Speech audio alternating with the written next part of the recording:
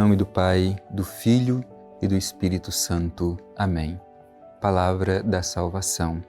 Que alegria, querido irmão, querida irmã, ter a oportunidade de mais uma vez entrar na sua casa para juntos fazermos este exercício da escuta da Palavra de Deus e a sua meditação. Estamos desejosos de escutar a Palavra, como diz o profeta Jeremias: ao encontrar tuas palavras, quero devorá-las. Meu irmão e minha irmã, nos alimentar da Palavra de Deus, fazer com que ela seja o nosso sustento, que ela ilumine a nossa vida. Eu te convido a aproveitarmos este tempo de graça e permitir que a semente do Evangelho caia no solo fecundo do nosso coração. Escutemos.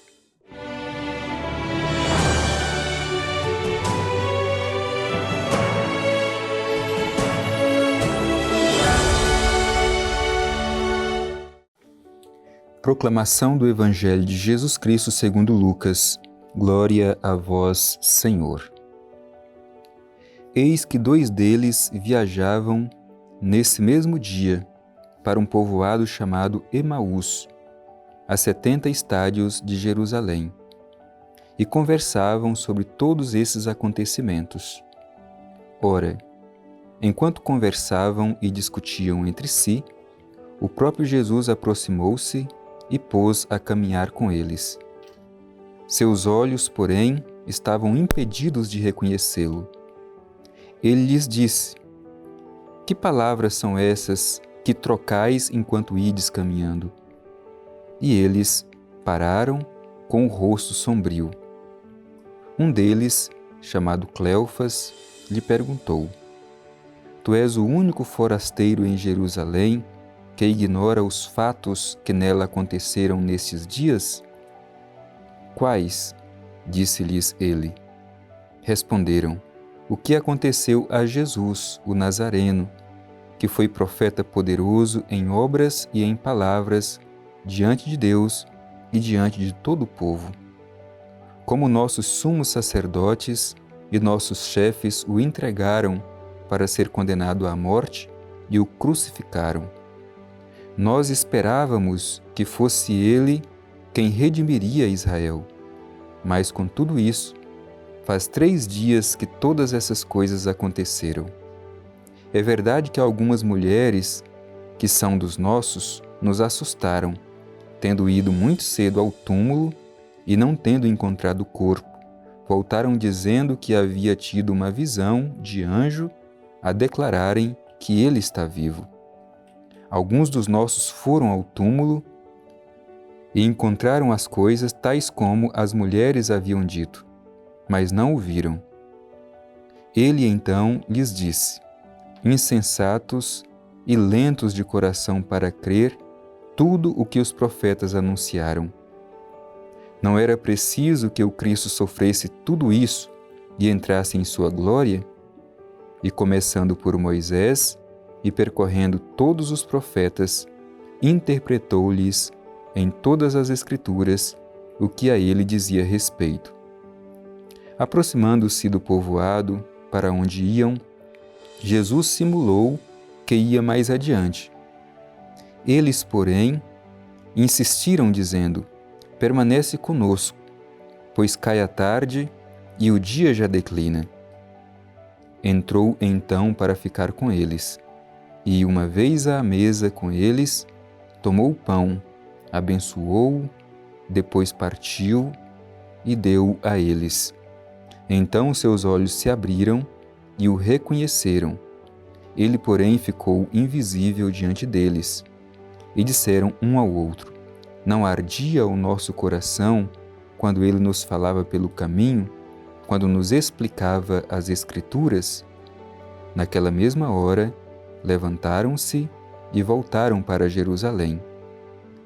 Acharam aí reunidos 11 e seus companheiros, e disseram: é verdade, o Senhor ressuscitou e apareceu a Simão. E eles narraram os acontecimentos do caminho e como o haviam reconhecido na fração do pão. Palavra da salvação. Glória a vós, Senhor. Meu querido irmão, minha querida irmã, hoje nós somos presenteados com esse trecho do Evangelho de São Lucas, que nos narra esse caminho feito pelos discípulos de Emaús. É um texto muito conhecido por nós, mas todas as vezes que o escutamos, esta mensagem se renova em nosso coração. Esses dois discípulos representam o caminho de todos nós. Eles não têm nome, justamente porque eles são figura de fé de cada um de nós. Portanto, o caminho feito por eles é o caminho percorrido por cada um de nós. Deixemos que a mensagem do Evangelho nos ajude a reconhecer, sobretudo, a presença de Cristo vivo em nosso meio. O Evangelho começa narrando esse sentimento de fracasso experimentado por esses dois discípulos. Mas é bonito perceber a pedagogia de Jesus que respeita o processo das pessoas. Vejamos bem, o Evangelho diz assim: eis que dois deles viajavam nesse mesmo dia para um povoado chamado Emaús, a 60 estádios de Jerusalém, isto é, eles estão descendo de Jerusalém. Voltar de Jerusalém significa fazer o caminho de volta. E o Evangelho nos ensina que não é possível, uma vez decidido por Cristo, voltar atrás.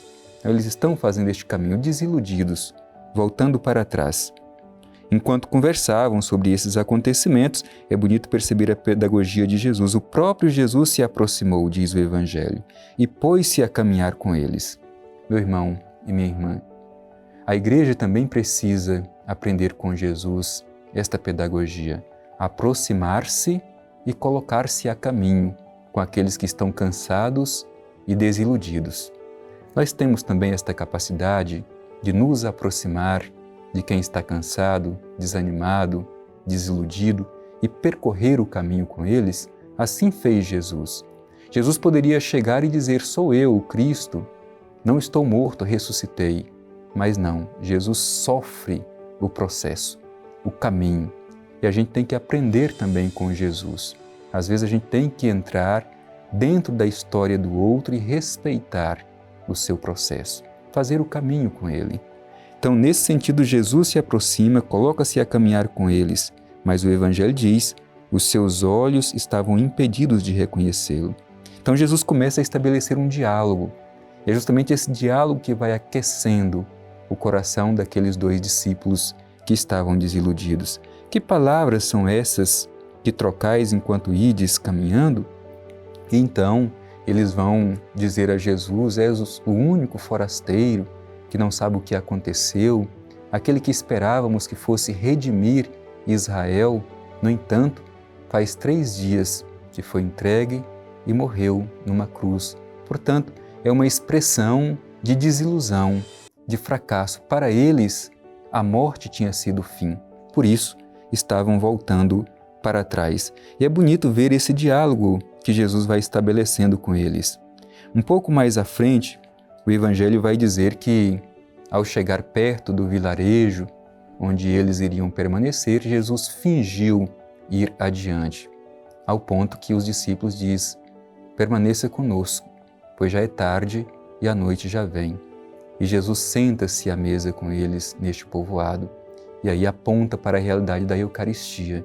Sentado à mesa, Jesus toma o pão, dá graças a Deus, parte o pão e entrega àqueles discípulos. E nesse momento, os olhos dos discípulos se abriram e eles reconheceram ser o Senhor. E disseram: não nos ardia o coração quando Ele nos explicava as Escrituras pelo caminho? Portanto, meu irmão e minha irmã, é na partilha do pão que nós podemos verdadeiramente reconhecer o Senhor ressuscitado. E como sempre, a dinâmica de experimentar o ressuscitado nos coloca em movimento. Com esses dois discípulos não foi diferente. Ao reconhecer, ao partir do pão, que Jesus não estava morto, mas estava vivo, o Evangelho diz que naquela mesma hora levantaram-se e voltaram para Jerusalém. Acharam aí reunidos os 11 e seus companheiros e disseram: é verdade, o Senhor ressuscitou e apareceu a Simão. E eles narraram os acontecimentos do caminho e como haviam reconhecido o Senhor na fração do pão. experimentar Jesus e testemunhá-lo, proclamar a ressurreição.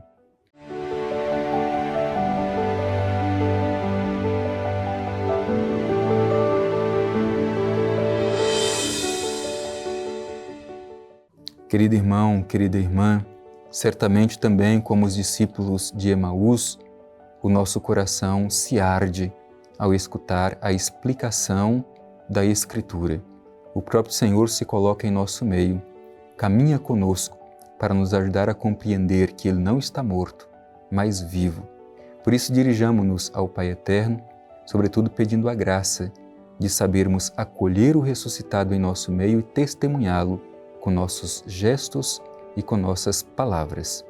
Divino Pai Eterno, Deus de amor e misericórdia, diante de Ti, no dia de hoje, te pedimos a graça de que, com o coração aquecido pela escuta da Escritura, voltar com coragem para testemunhar a ressurreição de Teu Filho Jesus. Dá-nos coragem, ó Pai Eterno, para fazer de Tua Igreja uma igreja testemunha de Cristo vivo. Assim seja. Amém. O Senhor esteja convosco, Ele está no meio de nós. Abençoe-vos o Deus Todo-Poderoso, Pai, Filho e Espírito Santo. Amém.